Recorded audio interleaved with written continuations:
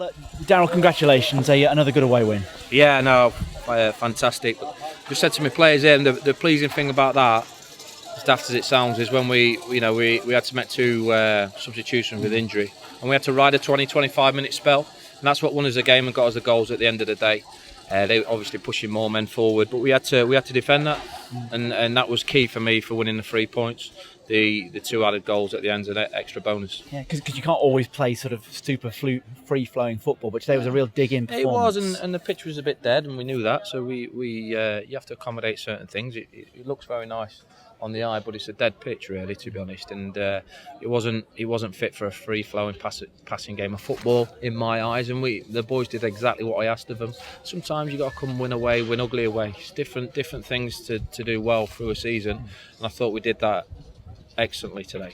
We talked about set pieces a while over the course of the season, and another inventive one got you the first one today. I don't know how. We're not working on them. We just turn up, have a lucky dip, have a coffee and a cup of tea in training, and we don't work on stuff. Do you know what I mean? So it's nice to get one out of the blue, isn't it? Is it come from the other players? How does that all work out when they come up with the routine like that? Just put a lucky dip on the board, Ed. So just how it works. Listen, we work on things. Sometimes it goes off you. Set pieces wasn't early on in the season.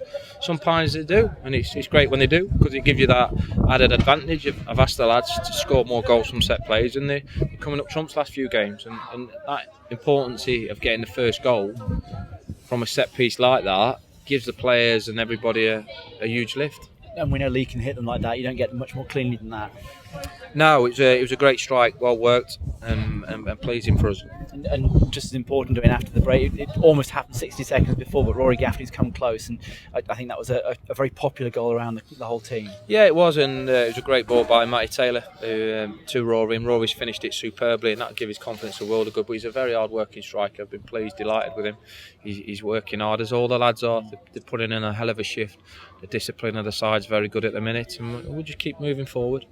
We know it's Christmas, but I'm sure everybody want to get the party poopers out and all that, but we've got work to do. We've got a lot of work on the training pitch and getting our focus ready for the Boxing Day game. Happy Christmas to all the gas heads that are out there, and I'm sure they're going to enjoy the Christmas turkey. Yeah, absolutely. And that combination up front, well, you've stuck with it since Gaffney's arrived, and it shows it's just giving you something a bit different, hasn't it? What I will say is there's going to be different options over the Christmas period, because some of them players won't be playing 2 games in 3 days, and that's about utilising the old squad and working, and the lads that are frustrated that haven't played many minutes just recently have got an opportunity to come and impress, because any manager worth his salt will tell you 2 games in 3 days is a big ask.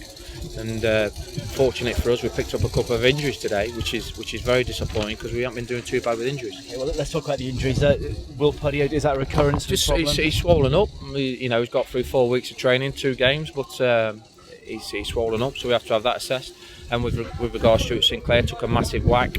Didn't feel comfortable with it second half, so we have to get that assessed, which is obviously disappointing. But it gives other players an opportunity to come in to a team that's doing well. Yeah, and the fact that there was a bit of a not a dodgy spell, but you had a bit of defending to do for 10-15 minutes after that, and they did it well. Listen, I'm telling you now, I'll tell you straight, whatever game you're playing in, you're going to have to spell where you have to defend. We're not Real Madrid or Barcelona. We have to work hard as a unit and defend. For me, we got a little bit too deep at times, but if you're going to defend deep, make sure you're brave, make sure your clearances are long, and make sure you go about it in the right way. And we did that, and then obviously the second goal seals it for us in the extent that makes us relax a little bit more, and we're back on the front foot. And I guess for goalkeepers especially, because there's no opportunity for them to play if they're not starting. Steve Mildenhall hadn't played for 3-4 months and came in and looked solid. Listen, Steve Mildenhall's a model pro. He works hard every day on the training pitch. He gets his opportunity now. I don't have problems with players. People want to think there's a problem. Mildy wants to play, and I tell you what I've seen at this club over when I first joined the club is that some players couldn't be bothered to play. I've got players now that aren't happy that they're not in the team, which is great. Don't expect players to be happy not in the team.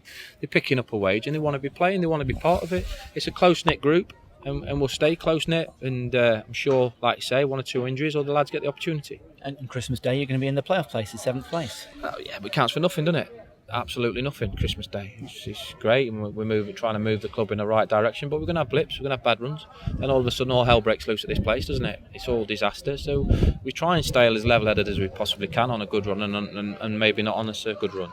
And that's the key for me, and it's about getting the focus for every single football match you play.